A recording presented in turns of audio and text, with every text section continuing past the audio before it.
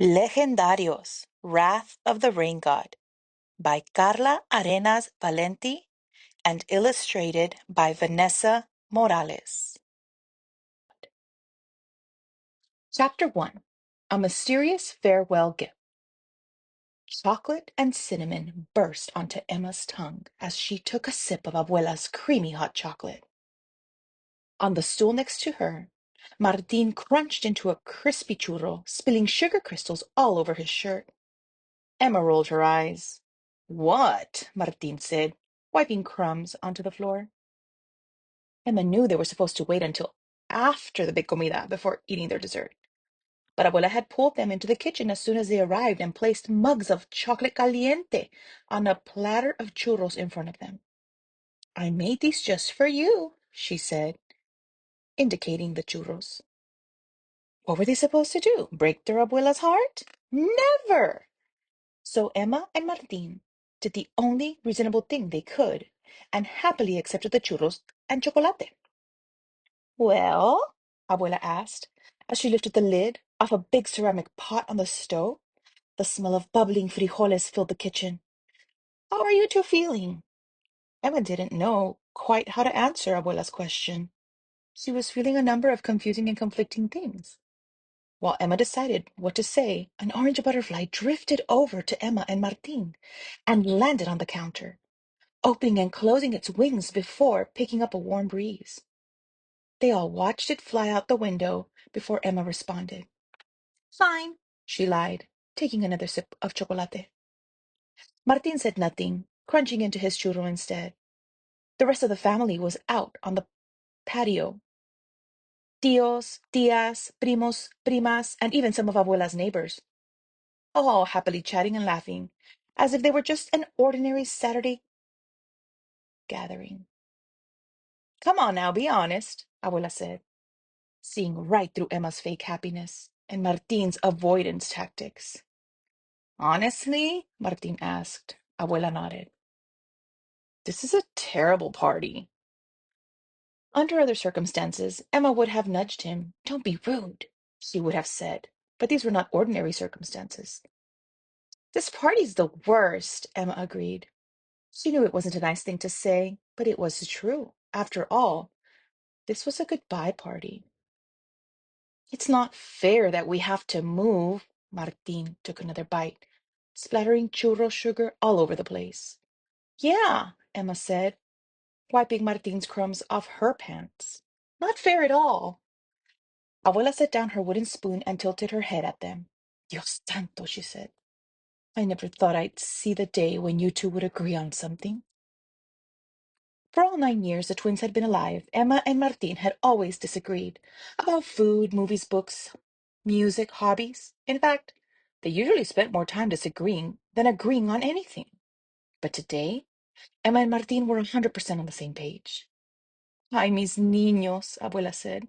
I'm sorry you feel this way, but this is a good opportunity for your dad. You know that. Emma and Martin sighed, in unison. Abuela was right, of course. Dad had been looking for a job like this forever, and it was actually a perfect job for him. But seriously, was there nobody else in all of Chicago who could be a school principal? Why did it have to be Dad? Especially since it meant they had to leave Mexico and start a new life in the US. How was that fair? I just think we should be allowed to stay with you, Emma said. Abuela laughed. But her laugh didn't go all the way to her eyes, and it made her face look sad. Your parents would miss you terribly, Abuela replied. I couldn't do that to them. She picked up her spoon again and gave the frijoles on the stove a stir. Well, maybe they shouldn't be moving, Martin grumbled, and dunked a churro into his hot chocolate. Some things you cannot change, Abuela said, no matter how much you'd like to. Besides, it's not like you're moving to a completely foreign land. You've been there before. But it's different when you're just visiting, Emma said. We won't know anybody, Martin added. And we'll miss our home. Emma kept her eyes focused on the plate before her. She knew that if she looked up at Abuela, even for a moment, she would start to cry. Ah, but home is not a place. Abuela put one arm around Emma's shoulder and another around Martin's. Home is a feeling. Aquí. She put her hand on her heart. Here. You may not be in Mexico, but you'll make a home for yourselves wherever you are. Martin huffed. I doubt it. And anyway, Emma added, it won't be the same, not without you. Abuela smiled, for real this time. That may be true. She pulled the twins into a hug, but that doesn't mean change is bad. And who knows? Maybe perhaps your new home will be just as wonderful as your home here. Never, shouted Emma. Not a chance, said Martin. Abuela laughed. You two are already changing, she said. Not only have you not disagreed once since you came into my kitchen, but look. She pointed at their shirts, and Emma realized she and Martin had both chosen to wear identical blue shirts and jeans. You two are like the mariposa that just stopped by. Abuela pointed at the window where the butterfly had flown out. It wasn't always a butterfly, you know. It started as a caterpillar, but when it emerged from its cocoon, it transformed to face its new environment. Yeah, well, Martin grumbled, except we didn't choose the new environment. Neither did the butterfly, Abuela winked. But it manages to adapt, and I think you will do the same. Emma wasn't so sure about that. They'd been in Chicago before, and Dad had made them do a ton of research so they knew everything possible about the city before going. He thought that would make them more excited to go. Instead, it made Emma realize all the things they would be leaving behind. A house without boundaries between the indoors and the outdoors. A garden that was always in bloom. Cute little lizards running up her bedroom wall. Birds flying through their living room. Butterflies landing on their kitchen counter for a brief sugar visit. And to say nothing of the food, the music, the sounds, and the smells. No, no matter what Dad said, there would never be a place as wonderful as their home in Cuernavaca, the city of eternal spring. Laughter spilled in from the party, and Emma frowned. Oh, please don't be sad, mis amores, Abuela said. But it was hard not to be sad. Listen, Abuela whispered, leaning in close. I was going to wait until later, but I think I'll do this now. Do what? Emma asked. Abuela reached for a large square package, wrapped in blue and yellow and red paper. I have a present, un regalo muy especial. For us? Emma asked. Abuela nodded. Go on. Open it. Martin didn't have to be told twice. The twins unveiled a heavy book with an image of a pyramid on the front. The cover was made of leather, soft and very old. They're legends, stories about Mexico, Abuela explained, so you'll always remember where you come from. Emma ran her hands over the gold lettering engraved at the top of the book. México lindo y querido, it read. When she opened the book, there were many inscriptions on the front page. Para Beatriz, para Eduardo, para Victoria, para Carmela. For Carmela, Emma said. That's you! But who's Victoria? Martin asked. And who are all these other people? Those are your ancestors, Abuela explained. Victoria was my mother. She died shortly before you were born. She was 99 years old. Can you believe it? That's super old, Martin said. She would have loved knowing you, Abuela smiled.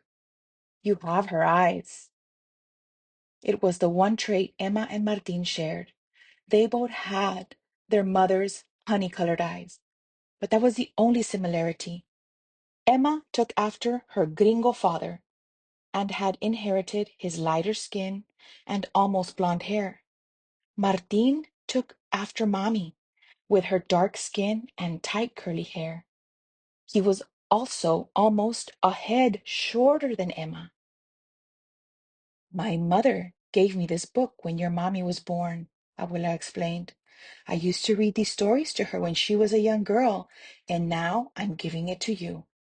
Abuela took a pen and added a new inscription. Para Emma y Martín. It is a very special book, Abuela went on. It will take you on many adventures.